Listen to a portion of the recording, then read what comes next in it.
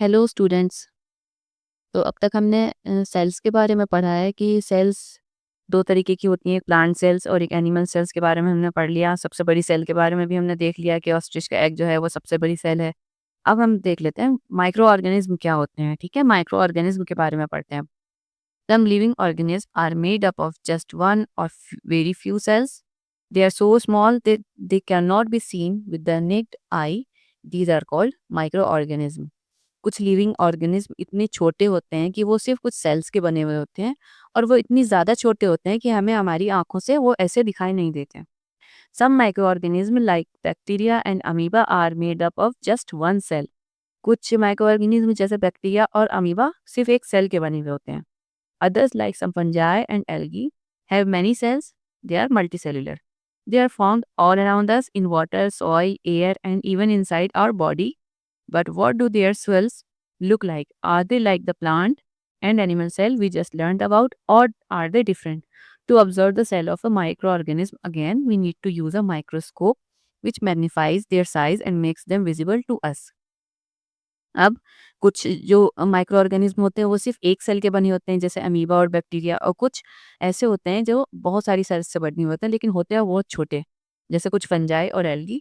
और ये जो माइक्रो ऑर्गेनिज्म है ये हमारे आसपास हर जगह मौजूद है, पानी में, हवा में, मिट्टी में, हमारी बॉडी के अंदर भी माइक्रो ऑर्गेनिज्म पाए जाते हैं। तो इनको देखने के लिए हमें माइक्रोस्कोप की जरूरत पड़ती है, जिससे कि हम उनके साइज को बड़ा करके देख सकें, जिससे कि वो हमें साफ साफ दिखाई दे। Scientists have also created a low-cost and foldable paper microscope or foldscope. Foldscope may not provide the same level of details like high-powered laboratory microscope. However, these make microscopic world accessible to many people. तो अब scientist ने क्या किया है कि सस्ते वाले microscope बनाए हैं जो कि फोल्डेबल होते हैं, कहीं पे भी ले जा सकते हैं वो आसानी से। वो इतने ज़्यादा एफिशिएंट तो नहीं होते जैसे कि लैब में रखे जाते हैं माइक्रोस्कोप, उस तरीके के नहीं होते, लेकिन फिर भी काफ़ी हद तक लोगों की पहुँच में आ गया है माइक्रोस्कोपिक वर्ल्ड, कि वो अपने आसपास की जो बहुत छोटी चीज़ों को इस माइक्रोस्कोप से देख सकते हैं, जिसको हम फुल-स्कोप्स कहते हैं। अच्छा, let us observe pond water, stagnant water. इसी तालाब के पानी को ऑब्जर्व करते हैं। Take a container and collect pond और stagnant water in it with the help of your teacher or elder. Use a dropper and place a drop of pond or stagnant water on a microscope or foldscope slide. Put a cover slip and observe it under the microscope or foldscope. Observe the tiny organisms found in pond or stagnant water. एक container लेना है और उसके अंदर तालाब का पानी या किसी भी ऐसी जगह का गड्ढे में का पानी जो इकट्ठा हुआ हुआ हो काफी टाइम से, ठीक है। बहता हुआ पानी, साफ पानी नहीं चाहिए हमें, जमा हुआ पानी चाहिए जिसमें माइक्रो ऑर्गेनिज्म हो, वो लेना है आपको। और फिर उसके बाद उसकी एक ड्रॉप को आपको स्लाइड पे रखना है और कवर स्लिप लगा के उसको ऑब्जर्व करना है आपको माइक्रोस्कोप में या फिर फोल्डस्कोप में। अ, अब आपको देखना है कि उसमें कौन से बारीक बारीक ऑर्गेनिज्म दिखाई दे रहे हैं। Let us observe soil suspension, और अब मिट्टी को ऑब्जर्व करना है। Take a beaker and collect some moist soil in it from the nearby field और garden. Do not touch the soil with your bare hand. Use a spoon और gloves. एक beaker लेना है और उसमें कुछ मिट्टी इकट्ठी करनी है अपने पास के खेत से या फिर किसी गार्डन में से। और मिट्टी को कलेक्ट करते हुए आपको या तो ग्लव्स पहनने होंगे या फिर किसी चम्मच का इस्तेमाल करके मिट्टी को कलेक्ट करना है, अपने हाथों से नहीं करना। Pour some water into the beaker and stir it with a glass rod. The liquid, which may look dirty, has very fine particles of soil and is called soil suspension. Keep it aside for some time and let the mixture settle. आपको उसमें थोड़ा सा पानी डालना है और उसको stir कर देना है ग्लास रॉड से। तो वो जो पानी है वो गंदा सा दिखेगा, उसमें बहुत बारीक बारीक पार्टिकल्स दिखेंगे सॉइल के, और इसको हम कहेंगे सॉइल सस्पेंशन। थोड़ी देर के लिए इसको रख देना है, सेटल होने देना है। Use a dropper and take a drop of water from the top layer. Place the drop on a microscope slide. अब एक ड्रॉपर का इस्तेमाल करके आपको जो बीकर में से जो ऊपर की तरफ वाला पानी है, ऊपर वाली लेयर में से, उसमें से एक ड्रॉप उठानी है और उसको माइक्रोस्कोप की स्लाइड पे डाल देना है। Cover it gently with A cover slip and observe it under the microscope. इसको कवर स्लिप से कवर कर लेंगे आसानी से और फिर उसके बाद हम इसको ऑब्जर्व करेंगे। You may observe small moving organism similar to those you saw in activity 2.4. This indicates that even soil suspension contain a variety of tiny creatures that cannot be seen with unaided eye. अब आप जब check करेंगे इसको तो आप देखेंगे कि इसमें भी बारीक बारीक से बहुत छोटे क्रीचर्स दिख रहे हैं, जैसे कि आपको पहले पॉन्ड के पानी में दिखाई दिए थे। तो इससे पता चलता है कि सॉइल का जो सस्पेंशन है उसके अंदर भी इस तरीके के माइक्रो ऑर्गेनिज्म हैं। The tiny creatures that cannot be seen with naked eye are called microorganism.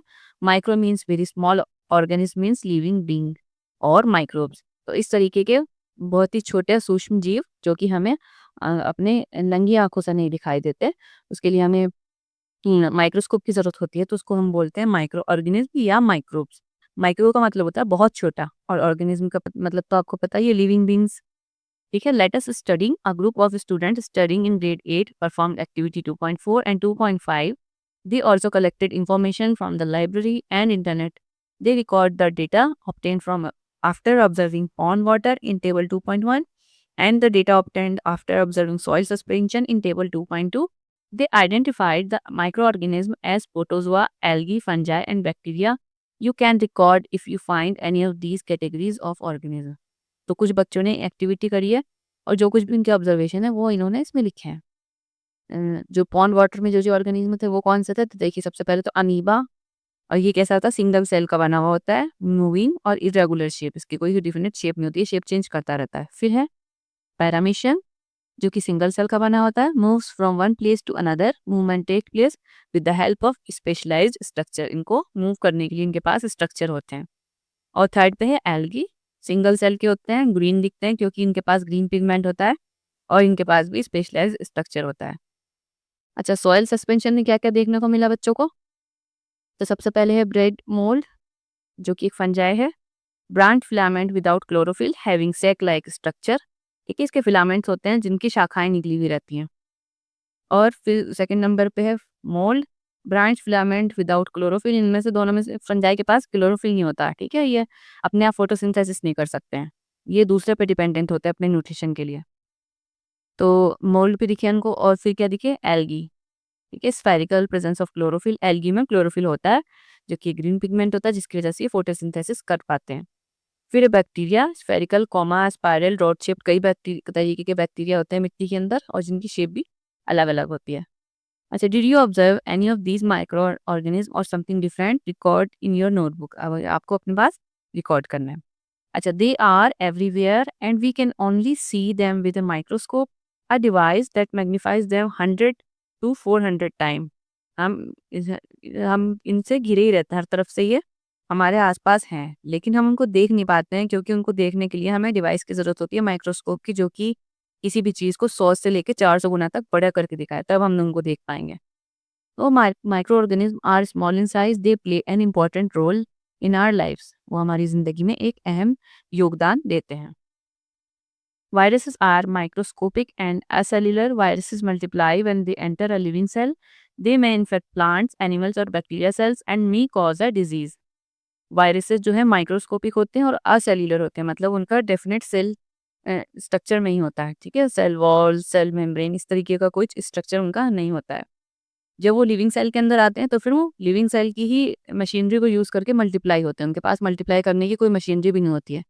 तो वो जिस भी सेल को इन्फेक्ट करते हैं उसी की मशीनरी यूज़ करके मल्टीप्लाई होना शुरू हो जाते हैं और वो कई तरीके के बीमारियां भी पैदा करते हैं पौधों में, एनिमल्स में। अब how are we connected to microbes, अब हम कैसे जुड़े हुए हैं माइक्रोब से। Can you find microorganism in other places too, let us have a discussion. Have you ever seen a lemon, tomato, orange, or any other food item rot after being left outside for some time? If yes, you may have noticed a powdery or cotton-like growth on them. This happened because they have been infected by microbes.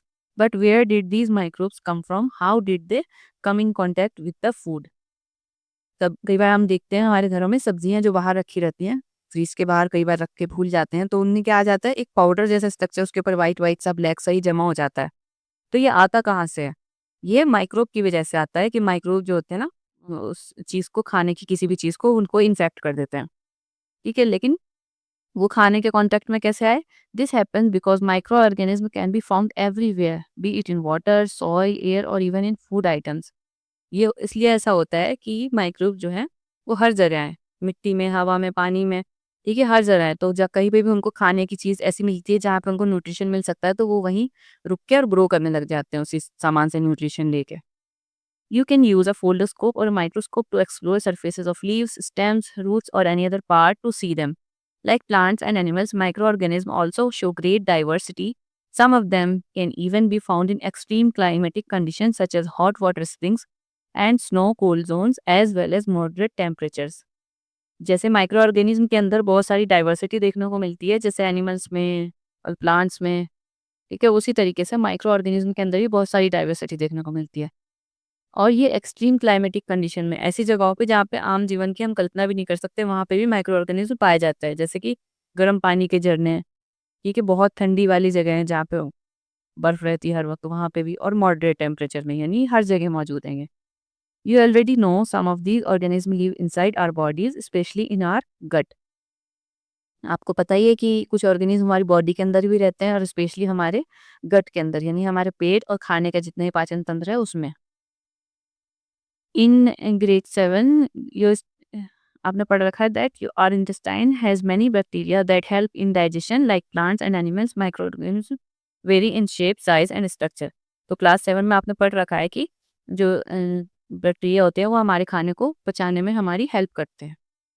अब ये है कि जैसे plants और animals के अंदर shape अलग-अलग होते हैं, साइज़ अलग-अलग होता है सेल्स का, उसी तरीके से माइक्रो ऑर्गेनिज्म में भी स्ट्रक्चर और शेप में डिफरेंस होता है सेल्स के। अब आगे देख लेते हैं कि कौन-कौन से डिफरेंसेस होते हैं। How does the diversity of microorganism play a role in our daily life?